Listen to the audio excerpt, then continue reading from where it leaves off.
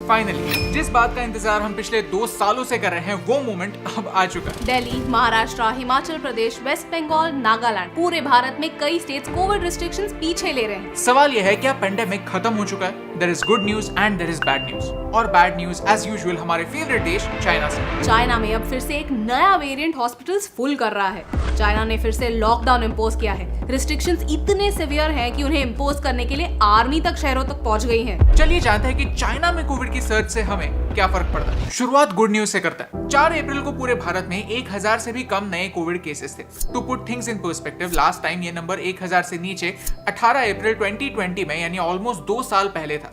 भारत की 60% पॉपुलेशन ने वैक्सीन के दोनों डोजेस लिए हुए हैं। सिचुएशन कंट्रोल में लग रही है। ऐसा लगता है कि हम प्री कोविड टाइम्स की ओर, नॉर्मलसी की ओर बढ़ रहे हैं। पर दुनिया के दूसरे कोनों से कोविड के एक नए चैप्टर की न्यूज भी आ रही है। यूके में ऑलमोस्ट 5 मिलियन लोगों को कोविड है।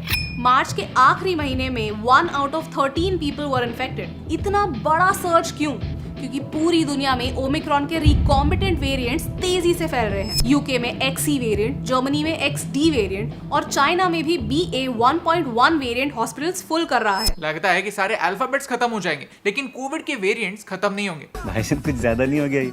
तो ये सब वेरिएंट्स क्या है? XE वेरिएंट के बारे में जानते हैं जो आज यूके में फैल रहा है। इसे एक रिकॉम्बिनेंट वेरिएंट कहा जाता है। ये ओमिक्रॉन के BA.1 और BA.2 वेरिएंट्स का एक कॉम्बिनेशन वेरिएंट है। अर्ली स्टडीज कहते हैं कि ओमिक्रॉन के BA.2 वेरिएंट से भी 10% ज्यादा ट्रांसमिसिबल हो सकता है। This is bad news. और जब बैड न्यूज की बात आती है तब चाइना पीछे कैसे रह सकता है? चाइना की जीरो कोविड स्ट्रेटजी ने पूरी दुनिया को शॉक कर दिया है। लेकिन 2 दिन पहले चाइना में एक ही दिन में 13,000 न्यू केसेस सामने आए हैं। पिछली बार कोविड की शुरुआत वुहान में हुई थी। इस बार शंघाई कोविड का एपिसेंटर है।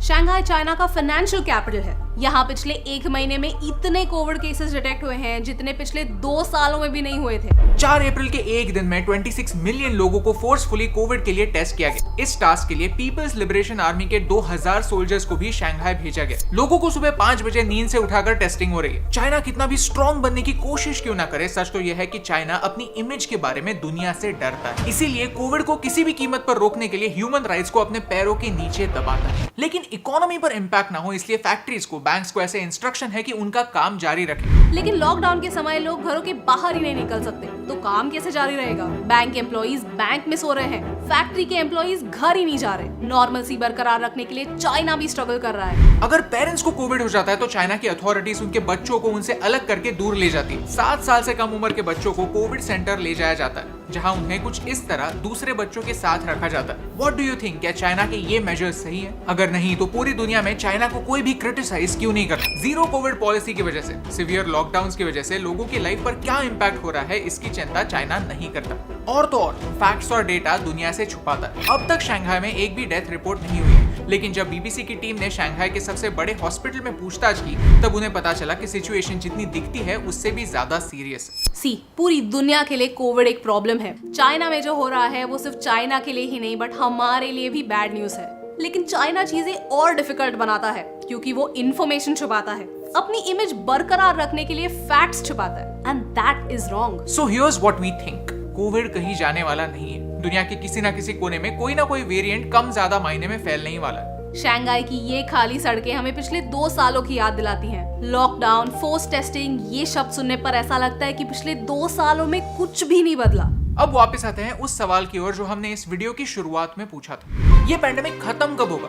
The answer is the pandemic will end when we will make it end। Data की ओर देखते हैं। भारत में कोविड की वजह से जितनी जाने गई उससे ज्यादा जाने आत्महत्या ने ली। अब हमारे पास वैक्सीन है। डॉक्टर्स कोविड ट्रीटमेंट के बारे में पहले से कई ज्यादा जानते हैं। And on the other hand lockdown से हमारे इकोनॉमी पर और लोगों की लाइफ पर होने वाला इम्पैक्ट हम देख चुके हैं। आई फील इट्स इम्पोर्टेंट कि हम पैनिक ना करें। कोविड का 100% गायब हो जाना इम्पॉसिबल है, लेकिन इस पेंडेमिक का एंडेमिक में बदलना पॉसिबल है। एक्सपर्ट्स का कहना है कि रेस्पिरेटरी वायरसेस पेंडेमिक स्टेज से सीधा गायब नहीं होते, लेकिन धीरे धीरे कम जरूर होते हैं और आने वाले टाइम में दुनिया के किसी कोने में माइल्ड वेव्स के रूप में आ सकते हैं। रेस्पिरेटरी वायरसेस का ओवर टाइम इवॉल्व होना और हमारी लाइफ का एक हिस्सा बनना एक आम बात है। शायद आने वाले समय में कोविड फ्लू की तरह हमारी लाइफ का एक हिस्सा बन जाएगा। कंप्लीटली गायब भी नहीं होगा और एट द सेम टाइम उतना डेंजरस भी नहीं होगा।